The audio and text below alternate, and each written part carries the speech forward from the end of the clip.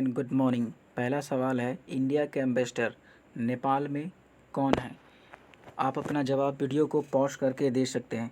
विनय Mohan Kwatra, doctor Ausaf Saeed, Vikram Misri या अजय बसरिया। सही जवाब है विनय मोहन क्वात्रा। औसफ सईद है सऊदी अरबिया में। सऊदी अरबिया ने हाल ही में कोरे मारने की सज़ा को ख़त्म कर दिया है। वो अपनी इकॉनमी और पॉलिटिकल सिस्टम को काफ़ी लिबरल कर रहे हैं। उनका यह टारगेट है कि 2030 तक अपनी इकॉनमी को डाइवर्सिफाई करना है, क्योंकि वो केवल और केवल तेल के निर्यात पर निर्भर नहीं रहना चाहते। दुनिया भर के देश भारत सहित अब ऊर्जा के गैर परंपरागत साधनों पर ध्यान दे रही है, जैसे कि biofuel, solar energy, lithium ion battery etc। Ajay Basaria है पाकिस्तान में, विक्रम मिस्री है चाइना में। अभी चाइना के साथ भारतीय आर्म फोर्स की क्लैश हो गई नाकुला के पास, ये है लद्दाख में, और एक नाथुला पास है, नाथुला वो है सिक्किम में। नाथुला और जलिपला है सिक्किम में, वहाँ से भी मानसरोवर यात्रा जाती है। क्यों उन्होंने अभी क्यों न्यूज़ में थे नेपाल के एम्बेसडर? क्योंकि नेपाल ने अभी इंडिया के एनवे को समन किया है, एम्बेसडर को समन किया है। एम्बेसडर और हाई कमिश्नर में क्या अंतर होता है? जो कॉमनवेल्थ नेशन है, यानी कि जहाँ पे ब्रिटेन का शासन था, उस कॉमनवेल्थ नेशन के जो एम्बेसडर होते हैं उनको हाई कमिश्नर कहा जाता है। नेपाल ने मंडे को समन किया इंडिया के एनवे को। बीआरओ ने एक रोड कंस्ट्रक्ट करी है जिसको पॉपुलरली मानसरोवर मार्ग भी कहा जाता है। तो नेपाल का मानना है कि यह उनकी सॉवरेनिटी और टेरिटरी का उल्लंघन है। हालांकि Indian ministry of external affair ने नेपाल के उस क्लेम को सिरे से खारिज कर दिया, जिसमें नेपाल ने बताया कि यह जो रोड बना है उनकी टेरिटरी में आता है। काला पानी टेरिटरी को लेकर तब से विवाद है जब से इंडिया ने अपने एक नया पॉलिटिकल मैप जारी किया था। नेक्स्ट क्वेश्चन है, विच कंट्री हैज़ डिसाइडेड, कौन सा देश ने डिसाइड किया है कि अमेजन रेन फॉरेस्ट को बचाने के लिए आर्मी को डिप्लॉय करेगा? ब्राज़ील, चिली, इक्वाडोर या पेरू? सही जवाब है ब्राज़ील। ब्राज़ील के राष्ट्रपति जेर बोल्सोनारो का अंतर्राष्ट्रीय मीडिया के द्वारा काफ़ी किरकिरी हुई थी जब अमेजन रेन फॉरेस्ट को बुझा पाने में, फायर को बुझा पाने में वह नाकामयाब हुए थे। अभी वो हाल ही में इंडिया में विशेष अतिथि के तौर पर, मुख्य अतिथि के तौर पर आए थे। आप बता सकते हैं कि वह किन अवसरों पर आए थे? क्या गणतंत्र दिवस पर आए थे या और किसी समिट के लिए आए थे? कमेंट करें। चिली में एक सदन में एक गांव है पोर्टो विलियम, वो दुनिया का सबसे दक्षिणी गांव बन चुका है। चिली में एक गांव है, यहाँ ये चिली है, पोर्टो विलियम, यहाँ पे मैगलन स्ट्रेट, ये पूरा एरिया है ब्राज़ील का। यहीं पे रेन फॉरेस्ट है, 60% रेन फॉरेस्ट ब्राज़ील में है। ऊपर में वेनेजुएला, यहाँ पे इक्वाडोर, बोलीविया एक लैंडलॉक कंट्री है, यहाँ पे ये ध्यान देने की बात है। इक्वाडोर में माउंट कटोपेक्सी है जो सबसे ऊंची पर स्थित वैल्कन है। पेरू के पास एक करेंट चलता है जिसको नाम है हम्बोल्ट करेंट, हम्बोल्ट एक ठंडी जलधारा है। बोलीविया, अर्जेंटीना जो कि यहाँ पे है, अर्जेंटीना और चिली मिलकर लिथियम ट्रेंगल बनाते हैं, लिथियम ट्रेंगल। ठीक है, आगे चलते हैं, इसके बारे में थोड़ा जान लेते हैं।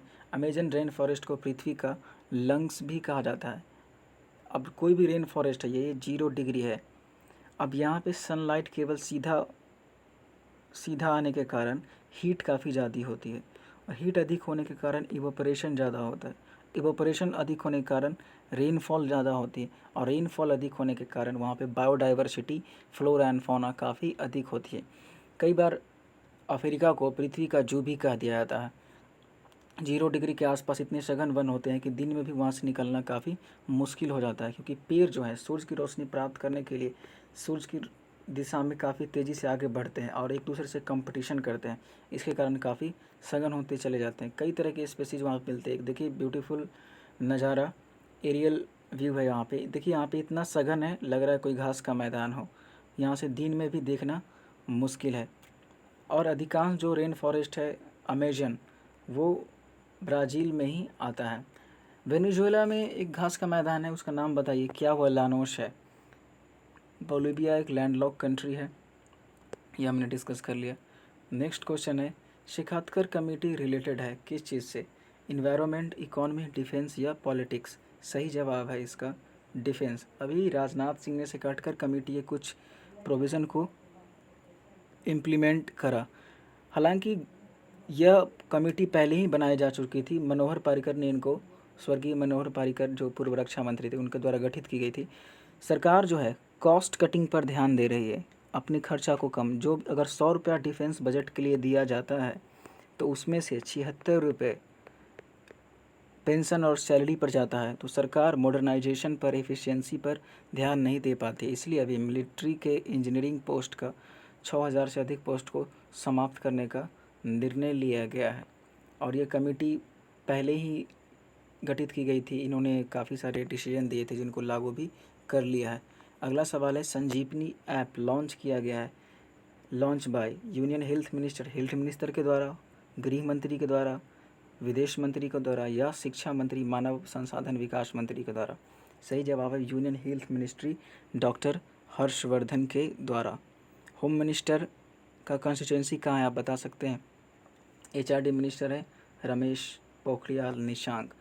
यह ऐप अगर पूछे किसके द्वारा लॉन्च किया गया है, तो 2 मिनिस्ट्री है, मिनिस्ट्री ऑफ आयुष और MEIT, ministry of electronics information technology द्वारा जो है रविशंकर प्रसाद। और 50 लाख से अधिक डाउनलोड भी हो चुका है।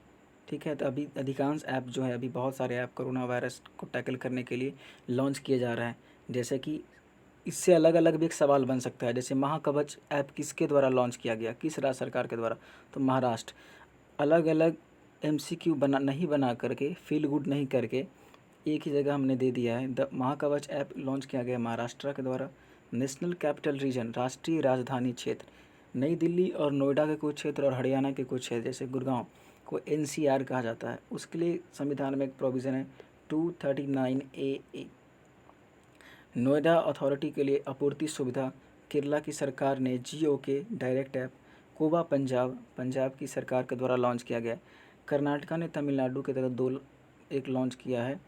तमिलनाडु ने किया है नाडु कोविड। तो अधिकांश राज्य के साथ राज्य का नाम जुड़ा है, तो वहाँ पे टिक करने में कोई दिक्कत नहीं है।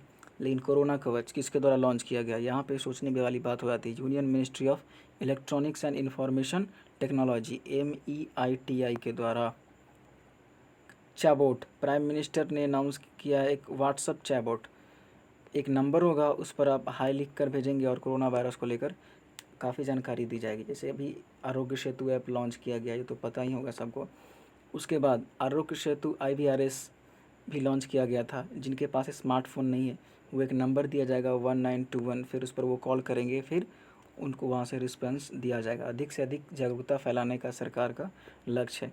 कौन सी मिनिस्ट्री ने लॉन्च किया है चैम्पियन पोर्टल? इस पैंडेमिक में जितने भी पॉलिटिकल एक्टिविटी है, जो अंतर्राष्ट्रीय विजिट है और खेल की खबरें ख़त्म हो चुकी है, तो अभी अधिकांश क्या न्यूज़ में रह रही है, तो बहुत सारे ऐप लॉन्च किए जा रहे हैं और इनिशिएटिव लॉन्च किया जा रहा है to tackle corona virus pandemic.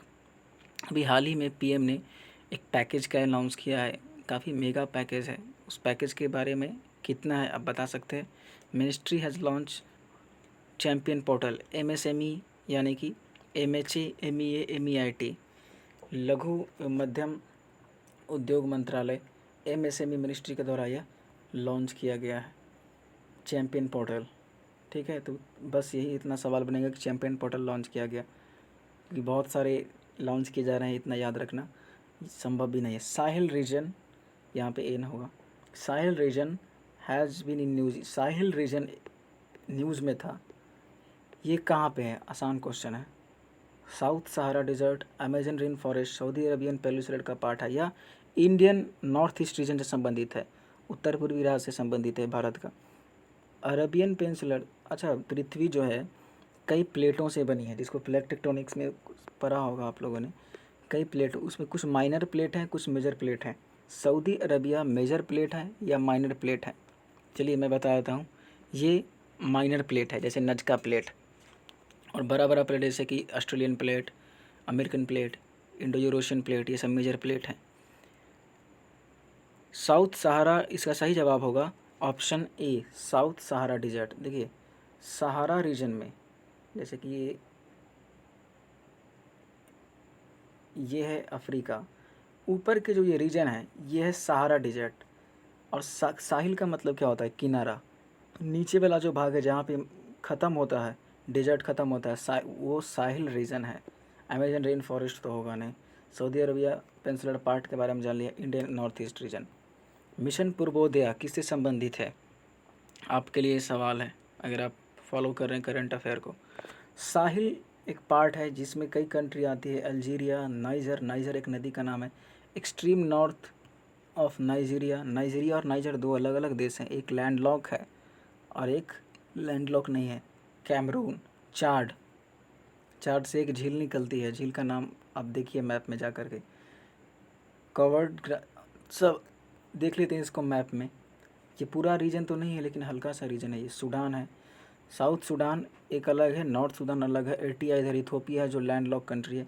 ये है सेनेगल, छोटा सा देश। सेनेगल की राजधानी है डकार, जहाँ पे यूथ ओलंपिक भी होगा। यहाँ बीच से पास करती है इक्वेटर। ये है कॉन्गो, ये है लीबिया, इजिप्ट और ये है सिनाई पेनिनसुला, छोटा सा है। ये कौन सा देश है? ये है ट्यूनीशिया। और ये कौन सा देश है? ये दोनों को बताइए। एक है वेस्टर्न सहारा और एक है मोरक्को। यहाँ पे है गोल्ड कोस्ट, यानी कि गोल्ड की निर्यात की जाती है, घाना, बेनिन, बुनकाशी फानो। ये नाइजीरिया है, ये नाइजर है। साउथ सूडान, यहाँ से निकलती है नील नदी एक खार्तूम जगह है। दो नदी होते हैं, एक है ब्लू नाइल है, एक है वाइट नाइल, दोनों आके मिलती है। फिर मिस्र को नील नदी का देन भी कहा जाता है, इतना याद रखना। और अफ्रीका एकमात्र ऐसा कंटिनेंट है जहाँ से तीनों तापीय रेखा गुजरती है। कहने का क्या मतलब हुआ? तीनों तापीय रेखा यानी कि equator 23 degree and half north and 23 degree south, वो गुजरती है साउथ अफ्रीका वाले रीजन से। अगला सवाल है, सुराई खोबार रिलेटेड है, अभी न्यूज़ में रहा था, वो किस स्टेट से संबंधित है? तेलंगाना, झारखंड, यूपी, गोवा। सही जवाब है झारखंड। आखिर ये क्या है सुराई खोबार? कोई डांस है? ये भी सवाल बन सकता है। कोई पेंटिंग है? सही जवाब है पेंटिंग है। अब पेंटिंग है तो किस तरह की पेंटिंग है? पेंटिंग कई तरह के होते हैं, ये आर्ट एंड कल्चर में काफ़ी अच्छे से इसको डिस्कस किया जा सकता है। ये मुरल पेंटिंग है, कैनवास पेंटिंग होता है, पट्ट चित्र होते हैं, भित्ति चित्र होते हैं। मधुबनी पेंटिंग किस तरह के, पेंटिंग पर भी काफ़ी सवाल बन जाते हैं। Thank you very much.